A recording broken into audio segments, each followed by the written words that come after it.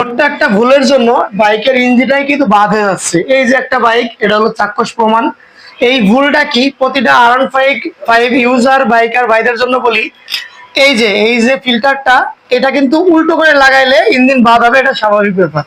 এইটাকে লাগাতে হবে সোজাভাবে, এইভাবে স্প্রিং নিচের দিকে যাবে, ফিল্টার উপর দিকে যাবে। এইটা যদি না করা হয়, অনেকে ভুলে এটারে উল্টো দিকে লাগায়, যে কয়জনে লাগাইছে তারই কিন্তু ইঞ্জিন নষ্ট হয়েছে। এটা কিন্তু সবসময়ের জন্য বি কেয়ারফুল, দেখে রাখবেন যেন কোনো টেকনিশিয়ান ভাই এই ফিল্টারটা নিচের দিকে না দেয়। এটা অবশ্যই অবশ্যই উপর দিকে যাবে। এটা নিচের দিকে থাকলে কি হবে, এই মোবিল পাম্প নষ্ট হবে, মোবিল পাম্প সিজ করে টোটাল আপনার ইঞ্জিনে মোবিল ফিক্সিং হবে না। তখন কি হবে, ইঞ্জিনটাই পুরো বাদ হয়ে যাবে। তাহলে সর্বোচ্চ খেয়াল রাখবেন এই ফিল্টারটা যেন ডগনাটে এইভাবে লাগানো হয়, এটা উপর দিকে যাবে আর স্প্রিং নিচের দিকে। এইটা যেন কখনোই নিচের দিকে না দেয়, নিচের দিকে দিলেই কিন্তু সর্বনাশ।